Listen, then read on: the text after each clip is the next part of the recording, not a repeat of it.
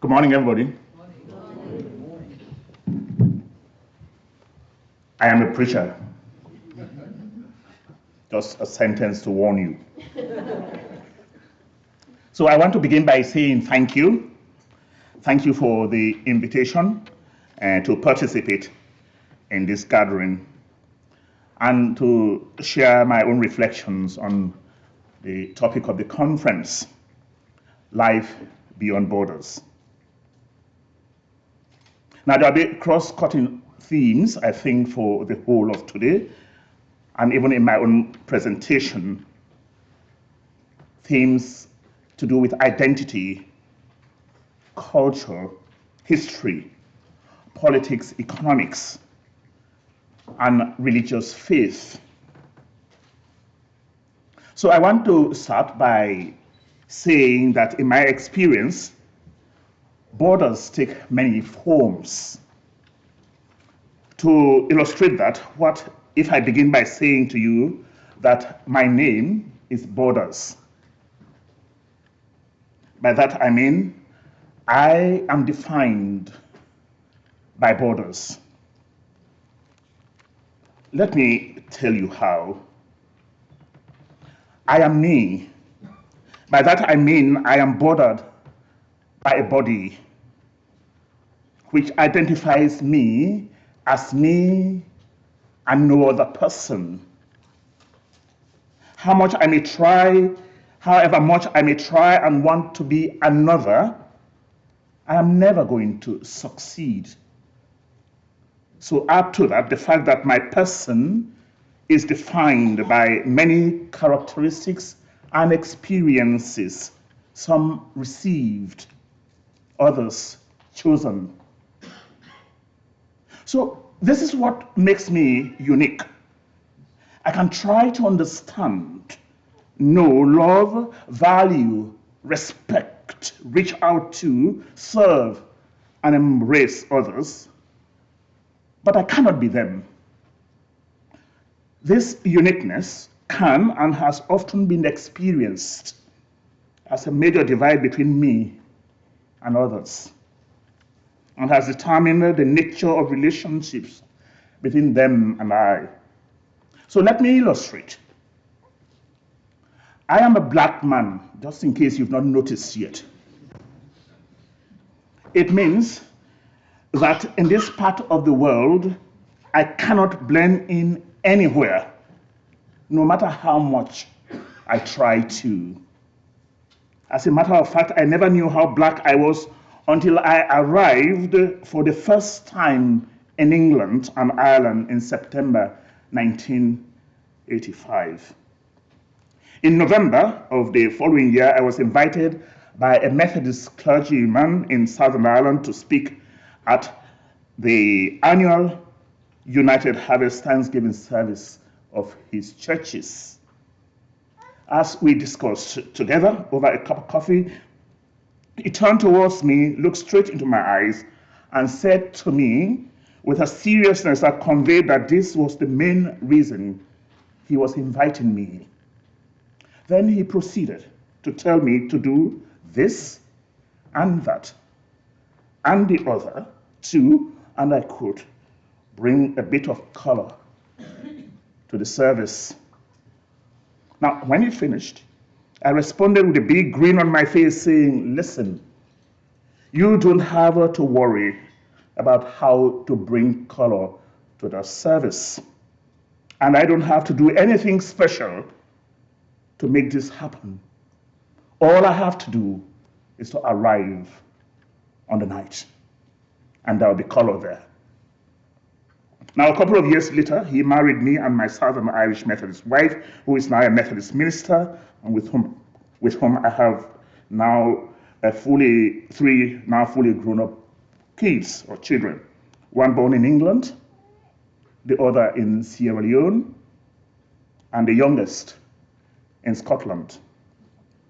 Now, one is married to a man from Northern Ireland, another is married to an Indian lady.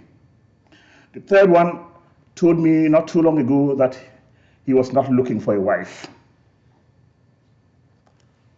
Talk about life beyond borders. There are 6 nations in my family. And in that story, you would have noticed some additional characteristics and experiences that define me as me. But more importantly, given the topic of this conference and my presentation, you may have also noticed me highlight one of the most significant things about me that has often presented itself as a border reality in my relationship with most people in this part of the world. I'm referring, of course, to the fact that I am Black. Borders have always defined my life, even within my own country. And again, let me illustrate. First, I was born, raised, and educated in Sierra Leone up to the time of my ordination as a clergyman of the Methodist Church. I am a Kisi by ethnicity and come from outside of the western area of my country. In Sierra Leone, my name, language, and accent betray that fact.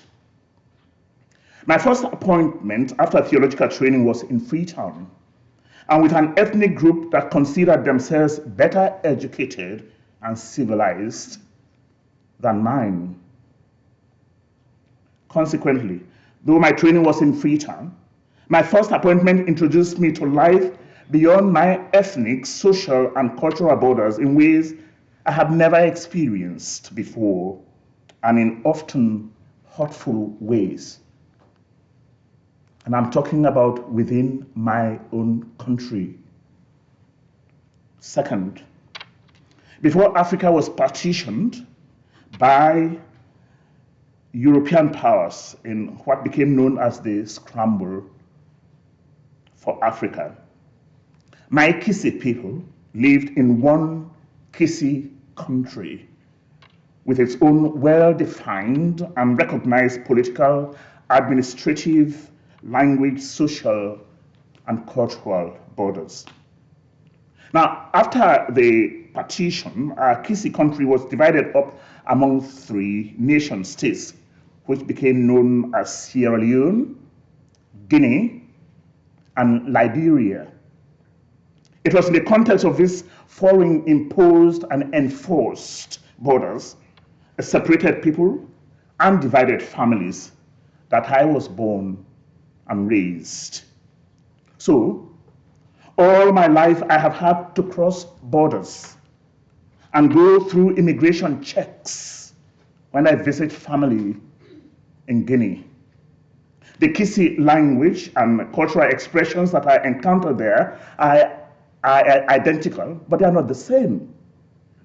French in Guinea, English in Sierra Leone, and American English in Liberia are rated as of better value than Kisi and the other local languages of the 3 nation states. And this even by the indigenous and local people of those nations. Those foreign languages are considered international languages, and the ability to acquire an education in and through them is considered a key measure of the value of education one has, and whether or not one was civilized and can earn a decent job. As a result, additional new frontiers in terms of ways of seeing and thinking were inevitably created within the once one Kisi country. The frontiers were between the local and the exotic, the civilized and uncivilized, and the educated and uneducated. This inevitably created the need to belong to one side of the divide instead of the other. In other words, our minds were colonized. The desire to attain imported standards and values came to inform and characterize much of the struggle and dissatisfaction with life for many of my people. Some would even argue it is what lay behind and fueled the brutal civil wars in both Sierra Leone and Liberia. Third, how about the borders within which I have lived and worked for the last 27 years? By that question, I am referring to Ireland. The history of the colonization and partition of Ireland and its political, economic, social, and cultural impact on communities and families echo much of what happened in my country and much of the African continent. I have already said that I first arrived in Ireland in September 1985. It was to do my post-ordination studies at Edge Hill Methodist College and Queen's University in Belfast. On my arrival at Belfast International Airport, the then principal of Edge Hill College picked me up. As a way of introducing me to my new reality, he took me through North Belfast to show me the dividing walls between the Republicans and Loyalists. I later discovered that those physical borders manifested themselves in other forms, including economics, religion, education, and the mindset. My church history and Christian doctrine lectures, for example, seemed to have the goal of equipping me to either show how the other side was at fault or why they needed to be converted, rather than to present me with reasoned arguments and allow me to form my own opinion. A question I got asked at a local church event in the place called Comber highlighted to me that this reality was not unique to college life. After I had spoken about the good relationships between Christians and Muslims in my country, a man in the congregation asked, and I quote, "Are the Muslims in your country Catholic Muslims or Protestant Muslims?" Many years later, after returning to Ireland during the decade-long civil war in Sierra Leone, and as a refugee, I discovered something about myself that I found intriguing. It was the fact that even though I was physically living thousands of miles beyond the borders of Sierra Leone, I was emotionally, culturally, and socially living in Sierra Leone. In some ways, for better and worse, that is still arguably the case. I have come to characterize the phenomenon as sleeping in Ireland and waking up in Sierra Leone.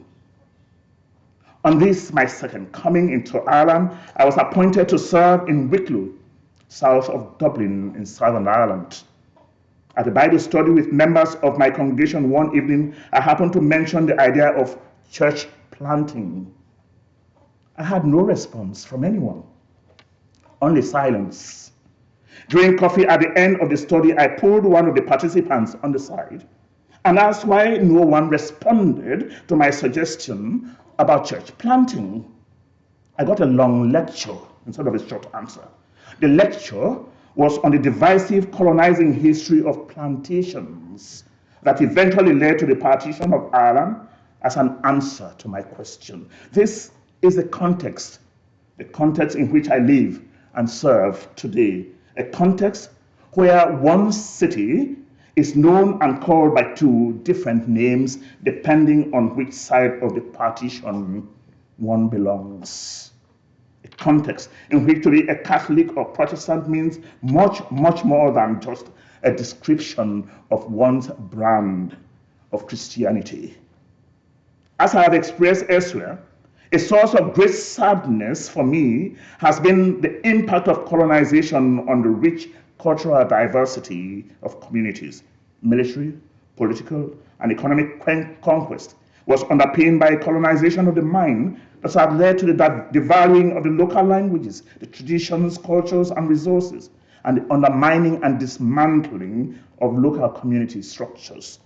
The result has included a dividing up of people that once belonged together, conflict, a greatly diminished sense of self-worth, deep-seated anger for those whose countries, languages, and customs have been denigrated in this way, and resentment of those deemed responsible.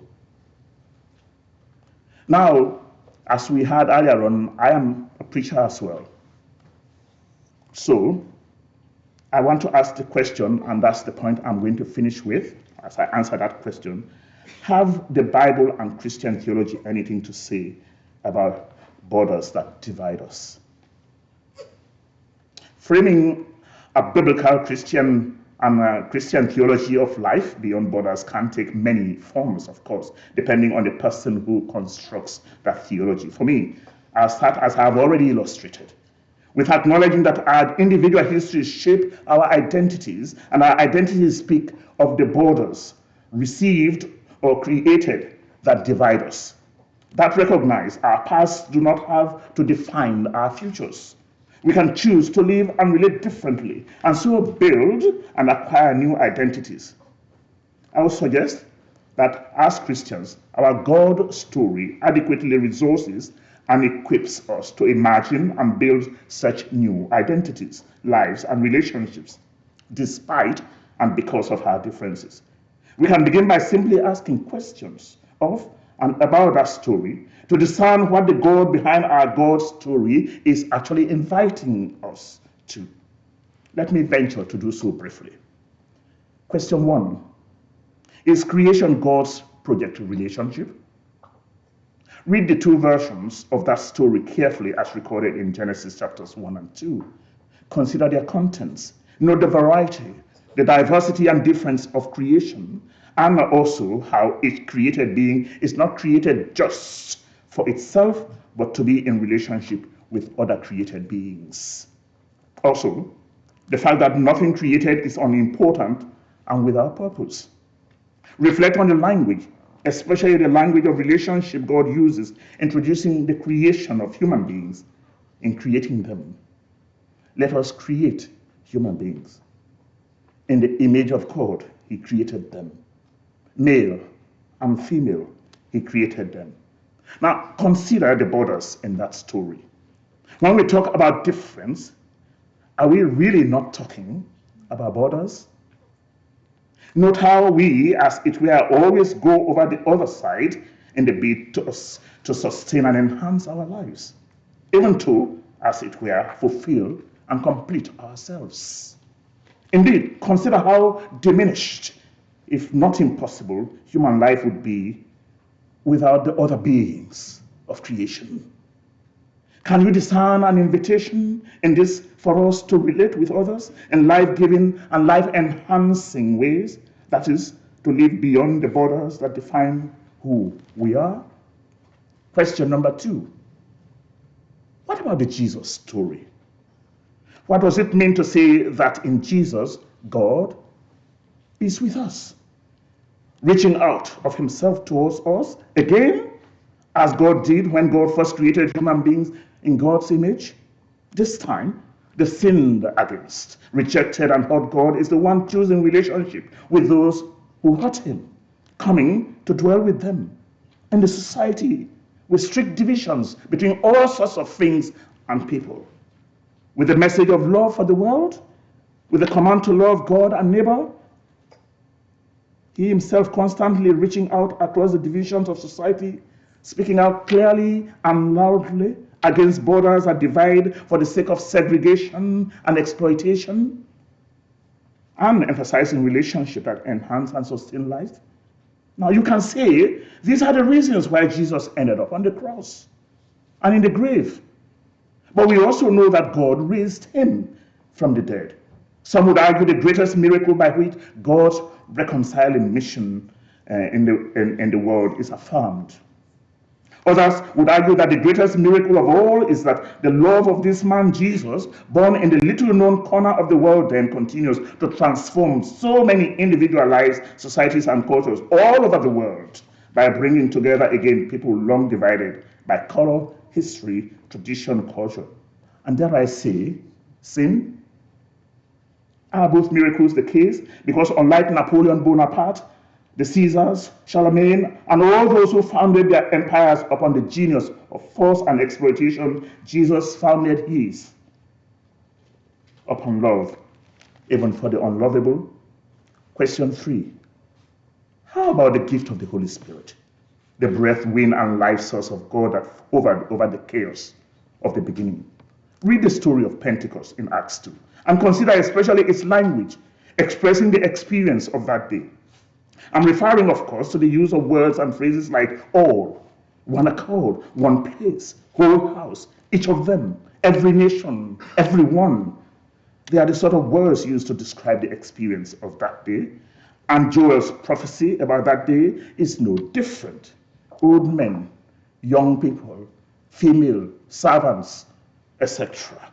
A vision of inclusiveness, a call to live beyond borders, but not to promote oneself, or assimilate others into ourselves or ignore justice. Instead, to create space for each other to flourish, to recognize that there is something of us in the ones we include or exclude, and to choose relationship over being right. In short, it is impossible to explain the spread of Christianity without the border-crossing inclusiveness enabled by God, Father, Son, and Holy Spirit for life-enhancing purposes. This is how I understand the roles of God, the Creator, Redeemer, and Sanctifier, always looking for and finding ways to reach out beyond borders to bless. Might that God be the one Rumi, the great 13th century Persian poet, is writing about when he says, and I quote, "Out beyond ideas of right and wrong, there is a field. I will meet you there."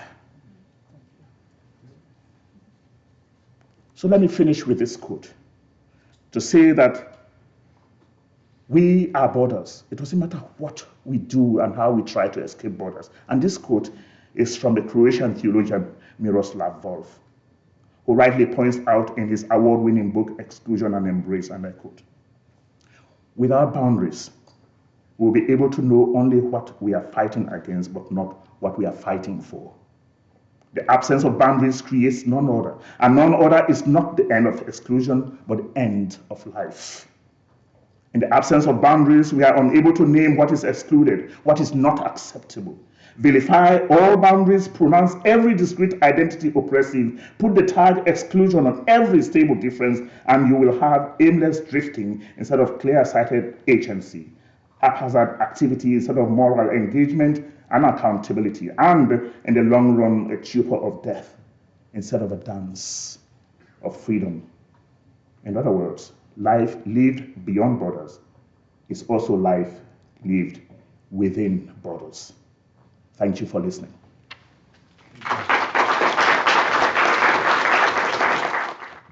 Good morning, everybody. It's a great pleasure to be here. Sahr is obviously a superb preacher. I'm not a preacher, I'm a lecturer, and hence using PowerPoint. I'm going to present something rather different, which is basically in 10 to 15 minutes, I'm going to give you a master's level class in what borders are and what the future of borders might be, most particularly within the UK. And I'm coming from Ireland, where my primary research is, and I conducted a lot of work on the impact of European integration on the Irish border, basically helping the border become a very open border. And of course, as you can recall from this picture, there were grave concerns around Brexit and what it would mean for the hardening of the Irish border, and hence protests and campaigns from communities in the Irish border region concerned around what Brexit might be. And so we know that borders are becoming much more of a live concern. The concern in Ireland was that the borders that people had thought were pretty much gone forever were re-emerging with consequences for peace. And here across Europe and across the UK, we see the possibility of the re-emergence of borders, both in obvious ways, but also in less obvious ways. And those are the things that I want to touch on this morning. The first point I sort of want to draw out is around state borders, the focus of that, why borders are built and how they operate. And in very simple terms, this is what nation statehood is, right? A typology of the ideal nation state, if you like, is one in which nation state and territory overlap very clearly and coherently. Of course, we know in practice this isn't true, and the case of Ireland itself is a good example of how these things often don't fit together, the idea of the nation of the people not completely fitting with the land of the demarcated land of territory, and indeed the state that governs it. And across these things we see various processes at work to try and keep that nation state coherent, also operate it, to bring it into being and practice. We have the citizenship, which entails rights and duties, and the eligibility criteria for citizenship, of course, demarcates some from others. We have the role of governance of the state over that territory, which is intended to be unique in terms of the people it represents and the values of that state. And borders bring all these things together. Most particularly, they play not just a symbolic role in defining what that nation state is, but also a practical one as well. In the middle of it all, we have this notion of sovereignty and the idea of borders representing the sovereignty of the state. And so often this idea of if borders are weak in some way, that this undermines the sovereignty of the state. And we've seen that in the process of Brexit very much exemplified, but it's not unique, of course, to the UK. We see it around the West. So when we come to the operation of borders, and I've used, these are pictures from borders that exist now within the EU. And it's easy to give examples of this because the sort of the hardening, the material examples of borders becoming harder across the EU. There's lots of evidence of that today. But essentially, when we're talking about managing a border, these are the three principles at work. So the first thing is to manage a border. What is a state trying to do? It's trying to know what's crossing that border. Now, this diagram here I designed in relation to the movement of goods. But of course, this is relevant to other forms of movement as well, including people. But this idea of border management requires us to know who's crossing the border, what is entering, and indeed what's leaving. Also, there's certain criteria for entry. This is how borders operate. This is how the state intends to manifest its power at borders. So does something meet that criteria for entry? Is it able to enter? And then if it isn't, can you prevent entry? Or indeed, if the person doesn't meet the criteria for entry, can entry be prevented? And of course, this is a live debate. The thing is, it's not just about that border management, not just about what happens at the border, but what needs to happen away from the border in order for that border to have effect. And this is where we get into the really tricky ground of what borders mean in the contemporary world, because it's much more complicated than these images tend to suggest. So in the first instance, the need of the state to know what's crossing the border requires us to give information. So we see this in form of goods, customs declarations, but we also see it in terms of people. What is required of us, what information is asked of us in order to cross the border, whether it be with a visa or not, the use of passports, etc. So in giving that information, we're giving something to the state in the first instance. To meet the criteria for checking the border, there needs to be checks and controls. And oftentimes those checks and controls take place away from the border. So for example, if you've ever been to the States and you need to submit information before you go, then the tests go on there as to whether you're eligible to enter the country, and if you're not, you simply refuse. So it's not even before you get to the airport, that process takes place. And then, of course, we have this the barriers that come in place to people who are deemed not eligible to enter the country. And these barriers are familiar to us and becoming more and more technologically manifest. So on the edges of the EU, since the early 1990s, we have seen the building of the hardening of borders and increasingly the use of technology to maintain those borders.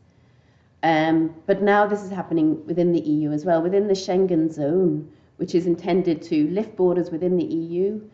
In response to the so-called migration crisis in 2015, we saw the building of borders between member states, which was completely contrary to the logic of European integration, but it shows the overriding imperative as states saw it to physically secure borders. And we saw a lot of this happening. So the building of the use of wire fences and this idea of giving the impression of border guards being there to try and put people off. And around these fences, and indeed in the spaces around them, you saw the manifestation of technology and the use of state power through surveillance. So there's a lot of money put into the use of drones, for example, the use of remote technology to watch what was happening around the borders and to try and make sure that nobody was crossing from one to the other. And one thing that's been very notable through this development of technology around borders is how much of it comes from military sources. And a good example of this was the Slovakian border, that they used technology drawn from the US forces in Afghanistan and Iraq to literally build barriers. So this is extraordinary when you think about it. Between member states of the EU, you've seen the use of military technology to physically harden borders and prevent movement across them. And the use of this military influence isn't just in terms of the physical barriers, but as you can see here, it's also in relation to training of local police forces and security forces, etc. And then, of course, we've seen in more recent times other forms of hardening of borders. And I use this poster because this is a famous poster in the Brexit, one of the Leave campaigns in Brexit. And it's of people approaching refugee camp on the Croatian-Slovakian border.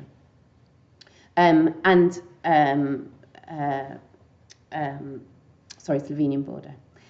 And when I was in Hungary and Budapest in 2018, and I noticed this poster. I took this photograph in Budapest, and this is a government information poster, and it has a stop on it.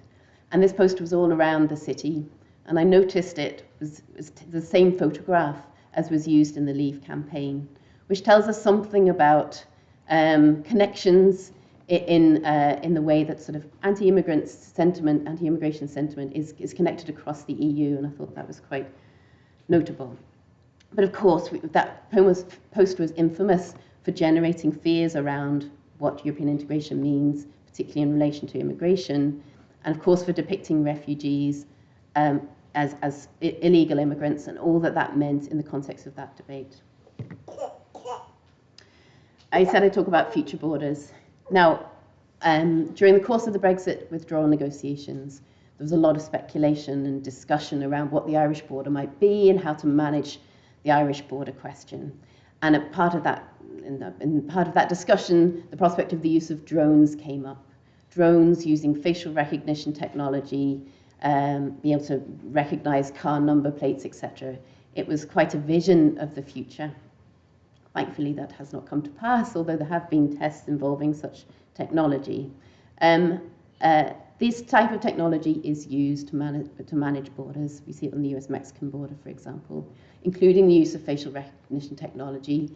A key point of this is that borders are no longer seen. The management of borders, as I say, isn't just happening on the ground, it happens in the air. But something much more present to us is something that we need to be aware of vis-a-vis borders. And this is that process relating to how information is given, how it's assessed, and then the consequences of that. Now, I don't expect you to read the details of this, but the EU has developed since the mid-2010s and onwards since then, a much more advanced security package, as it puts it, for managing its borders, particularly its external borders. And this is around taking information around individuals, being able to monitor that information through communicating between different member states and security forces, and then having a response. And we see this happening across the EU now and beyond, but also in the UK. And I just want to draw your attention to a couple of dimensions here, because this is how borders really become close to home. So there are two processes at work in so-called automated border controls. So increasingly what we're seeing is not border controls happening when we're visiting somewhere, but actually, as I say, in our places of residence, even before we leave. And as a consequence of this, the state is becoming more powerful in a certain way because it's taking more information from us. So there are two processes that happen. One is acquisition of knowledge about us as individuals. So this can be around your personal possessions, not just passport, but your keys, your vehicle, etc. But also biometric data acquisition. That's a very fancy term for saying things that make us distinct, our physical qualities, such as our fingerprints, for example, and the particularities of our face. And also, they're able to manage to assess people in very different ways, including even gait recognition. For example, the way we walk is very distinct this is being used to be able to distinguish between individuals. So those processes are happening, and companies, private companies, becoming much more advanced in how to distinguish between individuals, including in a crowd setting, and they're using this in relation to managing borders. So when you come to a border, well, indeed, when you're online at home trying to, say, make a visa application, for example, they're checking the eligibility to use the system, i.e. your citizenship statement, for example, the status.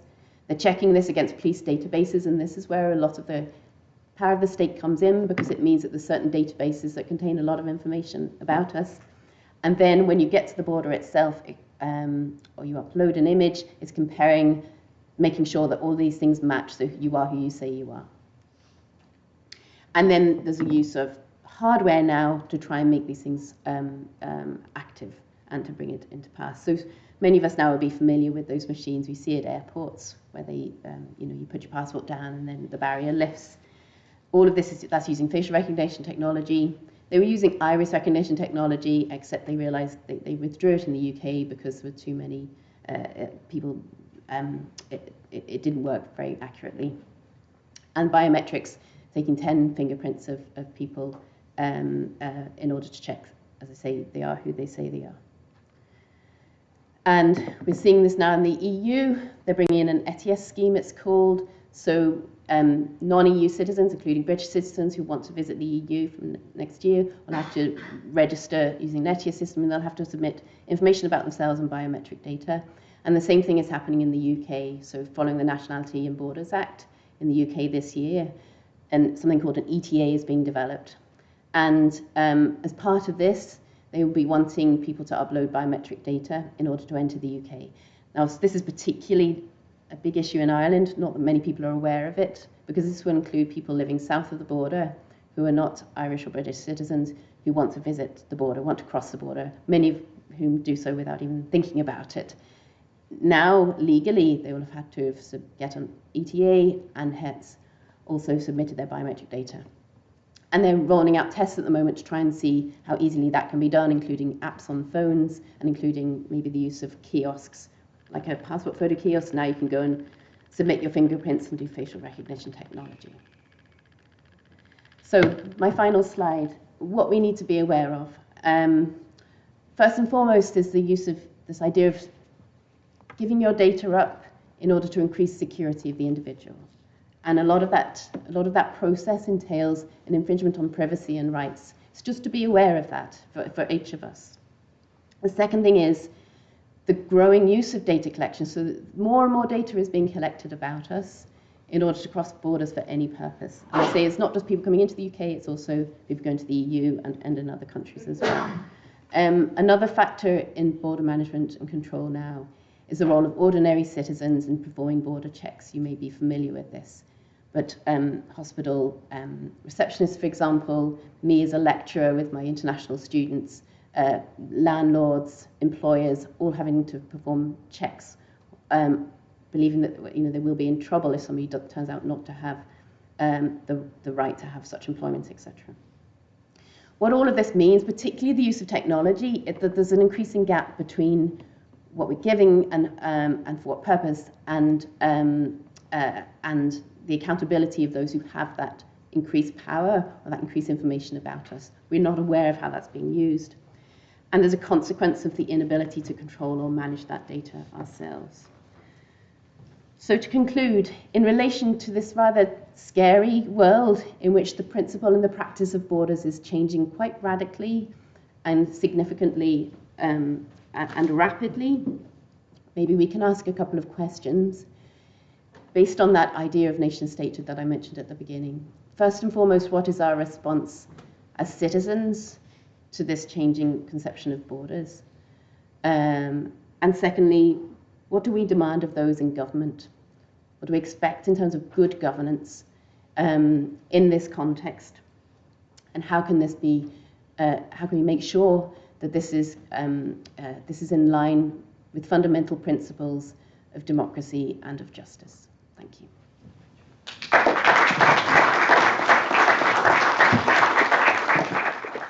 Yes.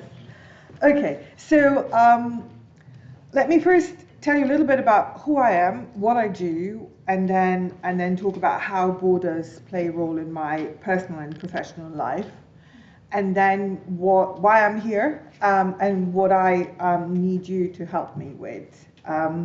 So my name is Zrinka Bralo, and I'm Chief Executive of Migrants Organise, and these are sort of things that go on my CV. But one of the things that I am is that I'm from Bosnia, and I came to this country as a refugee on the 3rd of November 1993. And I spent the next night sleeping on a mattress in the corridor because it was Guy Fawkes night, and it was exactly the same noise that I was running away from. And this is the picture of me working in Bosnia as a young journalist with international war correspondence, taken in the library, city library that was burned down in August 1992. And those of you who are as young as I am will remember how brutal that genocidal war was.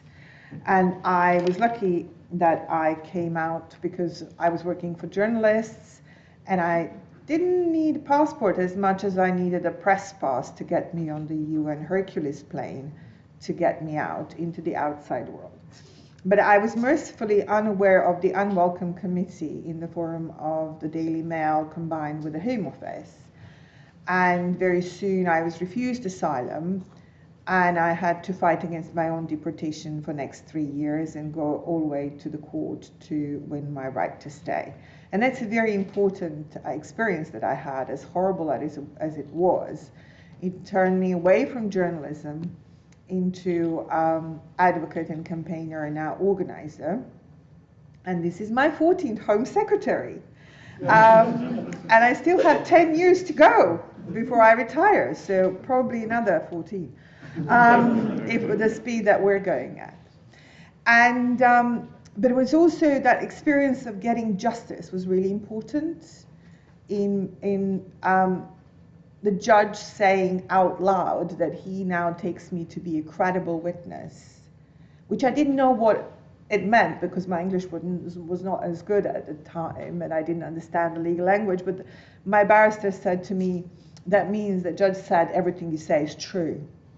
And there is something that came out in this conference yesterday. On every panel there was a woman crying, from a Grenfell survivor to asylum-seeking woman to a migrant woman who was experiencing domestic violence, and how brutal the system was and treating them with complete disbelief, and how what they were seeking, apart from justice and fairness, was this dignity of their experiences being recognized as true. And there was something that we all can help restore despite whatever the systems we're dealing with. So I work at Migrants Organise. Migrants Organise does exactly what it says. We believe that the way to make change is to organize people who are on the sharp end of the system that is doing exactly what it's supposed to do. It's not a failure of the system. The system is actually achieving what it's supposed to do, and that is to stop free movement and make life difficult for people. And I didn't name that system. It's the government. It's actually Theresa May who named the system the hostile environment policy. And the aim of the system, in her words, was and still is to make the life really, really difficult so people would leave.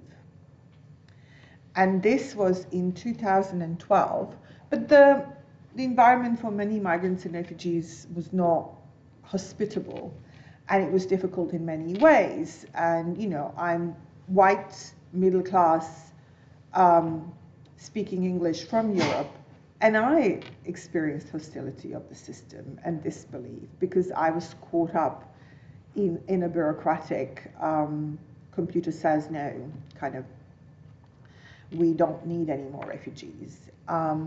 So that opened my eyes to how brutal the system was to people who are othered in other different ways, and namely through race. And how structurally racist some of our systems are. One of the challenges that we experience with this hostile environment system is that many people are now invited to enforce borders inside of our public institutions and many spheres of public life. So if you're renting a flat or a house, you're required to check somebody's immigration status with no training. And what we know from research and from other advocates and campaigners is that people are struggling to rent because many landlords just don't want a hassle, because they're liable to pay a fine if they rent property to somebody who's deemed to be illegal. Now I say deemed, and this is the language of the government, because many of you have probably read and heard a lot about the Windrush scandal and how easily people were outlawed effectively, and how their lives were ruined, and how services and support has been denied to them, and even with government acknowledging it and apologizing for it, people are still struggling. So Migrants Organise runs a number of different campaigns with many other organizations to restore our public services and to make them about what they should be about. So in NHS, it should be about healthcare. In housing, it should be about providing people with home. These are some basic fundamental needs that we all have. And that in that process, restoring dignity, not only for people coming here, but for ourselves, because we should not be asked to enforce borders in this kind of way. There's quite a lot to read about it. The government tried to rebrand it, but now with the current Home Secretary, they're going all the way out to make it hostile and brand it as hostile. So you probably heard about our current Home Secretary calling it invasion, flying Chinook helicopter 19 miles. I mean, it's probably longer to drive to whatever airfield she had to use. But it's all about appearances.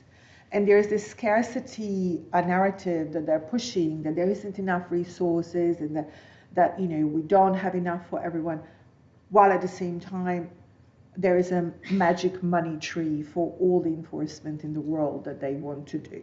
So it's intentional. That's why I say it's the system. This is just from my recent WhatsApp chat. This is where some of our members, so we do direct casework, they were placed in this accommodation in Tower Hamlets. In this house, 6 to 8 people live at any given time, and the government is giving money to this company called Clear Springs that just declared £28 million of profit for housing people in this kind of accommodation. And it's really, the reason why I'm sharing it's not a shock value is what really strikes me here is that people who come and campaign and organize with us and come for advice, they have to go back to this and live in this day in, day out, and then they have so much dignity in how they present themselves, and so they're so inspirational in coping with how system is indignifying their existence, and the pressures that it's putting on them, in addition to everything else that they've been through. So it's really just like people have my respect, but now even greater respect because of how they're handling this level of injustice. And of course, remembering that we all pay taxes and the government is using our money to do this.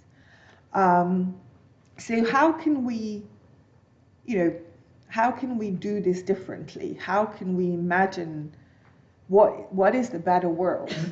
And what is our role in delivering that? And we all have a role to play in how do we build this movement in order to make change, in order to say, actually, enough is enough. So at Migrants Organise, we do a couple of things. We provide direct advice. We organize, we take action. We're focusing on a number of campaigns. Patients No Passports is one, working with doctors and medical professionals because they don't want to be doing this. And then we're also working with people who are actually on bail even though they haven't committed any crimes, but they enter, and their first experience of our borders is that they're detained. And in order to leave, campaigners actually created a loophole to go out on bail. But then, it's always a sort of a bit of a game with the system. So the system is beating us now because people have to report regularly and they have conditions attached to that bail, and they can be snatched and detained at any point in time.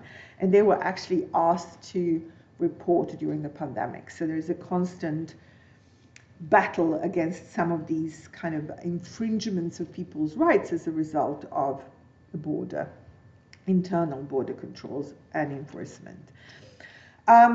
Another way that we found that works, and it's almost like a collective care, is to try to work together and build a movement and build a consensus. But we talk a lot in our work about lived experience, and what we at Migrants Organise try to do is, what would that lived experience look like if we were the ones designing the new, better, fairer system? So we came out with the Fair Immigration Charter, which got bullet point demands, bless you, whoever sneezed. Bullet point demands, which they could probably be summed up in a fewer bullet points, but what we wanted people to see themselves reflected in those demands. And we wanted to build power because there was too much of a depression and hopelessness. So organizing and building solidarity is, for us, is the space where hope happens. So hope is not something that we just imagine or feel, but it's actually something that we do. And these are the people. These are the people who live in those kind of horrible houses provided for them by the system, and volunteers who are supporting them and doing a legal walk. And these are the people who are organizing, coming together. Many of these people that you see in front rows, they all are migrants and refugees, but many are still waiting for their papers, and some of them were stuck in the system for more than 10 years. And on daily basis, people actually come out to us when they feel that they can trust the community enough to share their stories. I also wanted to share some positive stories of victories. So these two young men, and I'm protecting their identity, but one of them has actually spoken out, and Simba, are stories of resilience and what is possible when people come together. So the young man, two young men here, one was a victim of trafficking and suffered a lot of trauma as a result. And over the last 6-7 years, we managed to get him a status and managed to get his wife, and they now have a little baby. And he is feeling much better. I just bumped into him on the tube on Saturday and is looking for a job. And the young man next to him, who's got a hand around him, he was a street kid from Nepal, was detained for 3 months.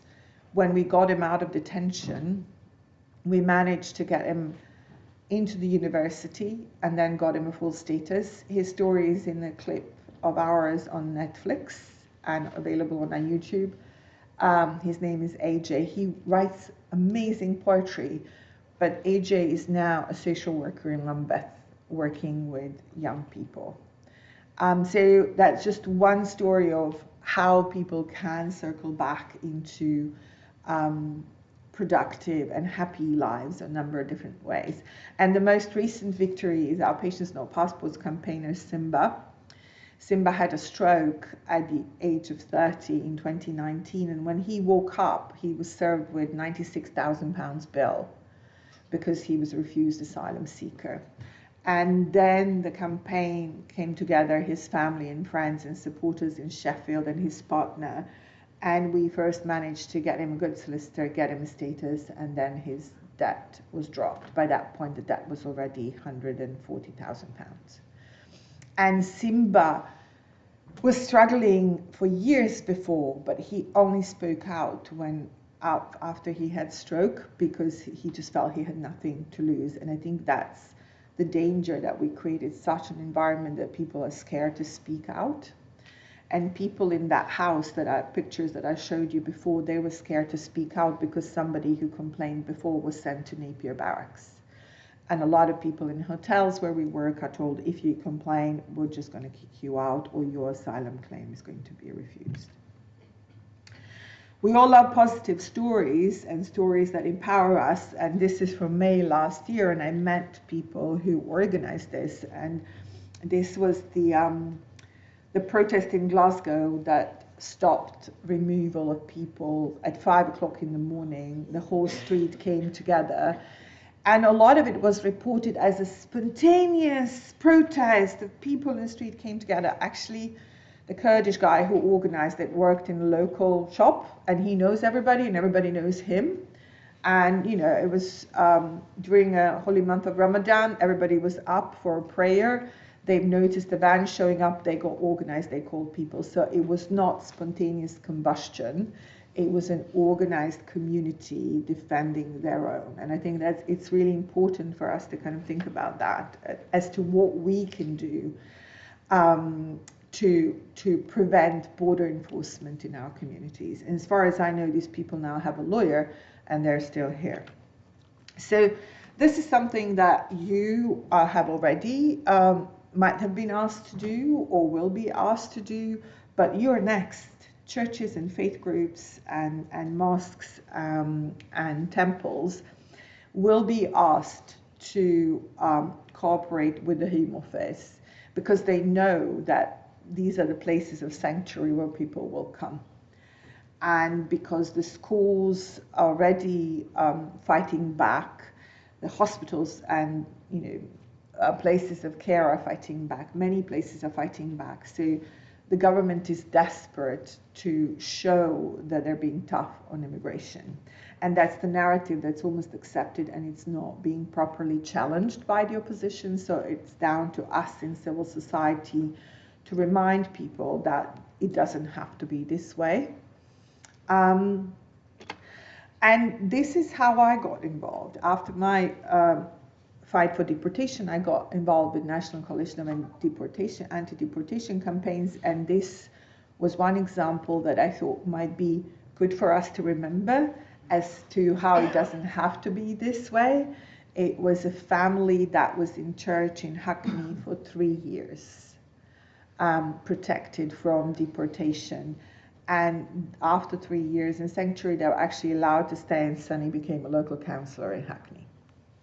So it is something that I just wanted to plant into your minds as an opportunity for faith institutions to get involved in a serious way and start thinking about providing sanctuary for people and opening your doors to people in need and providing them with safety net because the tougher times are going to come.